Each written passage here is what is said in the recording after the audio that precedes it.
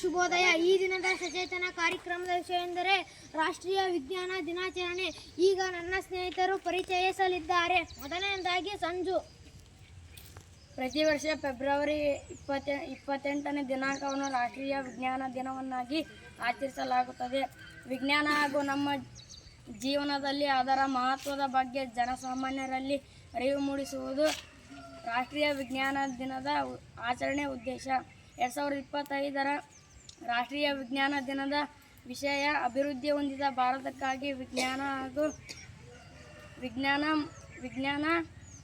ವಿಜ್ಞಾನ ನಾವೀನ್ಯತೆಯಲ್ಲಿ ಜಾಗತಿಕ ನಾಯಕತ್ವಕ್ಕಾಗಿ ಭಾರತೀಯ ಯುವಕರನ್ನು ಸಬಲೀಕರಣಗೊಳಿಸುವುದು.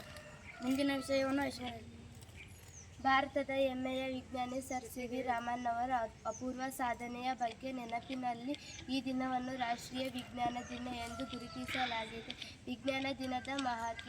ನಮ್ಮ ದಿನನಿತ್ಯದ ಜೀವನದಲ್ಲಿ ವಿಜ್ಞಾನದ ಮಹತ್ವ, ವಿಜ್ಞಾನ ತಂತ್ರಜ್ಞಾನದ ಬಗ್ಗೆ ದೃಷ್ಟಿಕೋನ ಹಂಚಿಕೊಳ್ಳುವುದು, ಭಾರತದ ಕೆಲವು ಶ್ರೇಷ್ಠ ವಿಜ್ಞಾನಿಗಳನ್ನು ನೆನಪಿಸಲು ವೈಜ್ಞಾನಿಕ ಮನೋಭಾವನೆಯನ್ನು ಬೆಳೆಸುವುದು.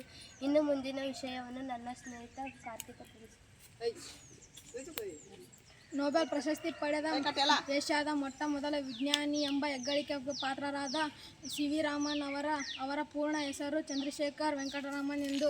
ಅವರು ಜನಿಸಿದ್ದು ತಮಿಳುನಾಡಿನ ತಿರುಚಿನಾಪಳ್ಳಿಯಲ್ಲಿ 1888ರ ನವೆಂಬರ್ 7ರಂದು ಜನಿಸಿದರು.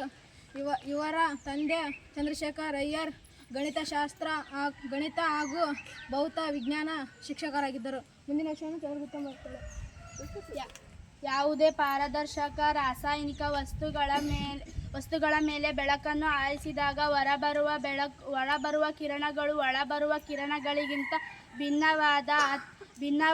ಭಿನ್ನವಾದ ದಿಕ್ಕಿನತ್ತ ಹೊರಳುವುದನ್ನು ನಾವು ನೋಡಬಹುದು. ಇದನ್ನು ರಾಮನ್ ಪರಿಣಾಮವೆಂದು ಕರೆಯುತ್ತೇವೆ. ರಾಮನ್ ಪರಿಣಾಮದ ಶೋಧಕ್ಕಾಗಿ ಸಿ.ವಿ. ರಾಮನ್ ಅವರಿಗೆ 1930ನೇ ಇಸವಿ ನೊಬೆಲ್ ಪುರಸ್ಕಾರ ನೀಡಿ ಗೌರವಿಸಲಾಯಿತು. ಇದು ವಿಜ್ಞಾನ ಕ್ಷೇತ್ರದಲ್ಲಿ ಭಾರತಕ್ಕೆ ಬಂದ ಮೊಟ್ಟ ಮೊದಲ ನೊಬೆಲ್ ಪ್ರಶಸ್ತಿಯಾಗಿದೆ. ಮುಂದಿನ ವಿಷಯವನ್ನು ಬಿಂದು ಯಶ್. ವಿಜ್ಞಾನಕ್ಕೆ ಸಿ.ವಿ. ರಾಮನ್ ಕೊಡುಗೆಗಳು. ರಾಮನ್ ಪರಿಣಾಮದ ಆವಿಷ್ಕಾರ, ಭೌತಶಾಸ್ತ್ರದಲ್ಲಿ ನೊಬೆಲ್ ಪ್ರಶಸ್ತಿ, ರಾಮನ್ ಸಂಶೋಧನೆ ಸಂಸ್ಥೆ ಇತ್ಯಾದಿ. ರಾಷ್ಟ್ರೀಯ ವಿಜ್ಞಾನದ ಬಗ್ಗೆ ಪರಿಚಯ ಮಾಡಿಕೊಟ್ಟಂತ ನನ್ನ ಎಲ್ಲ ಸ್ನೇಹಿತರಿಗೆ ತುಂಬು ಹೃದಯದ ಧನ್ಯವಾದಗಳು.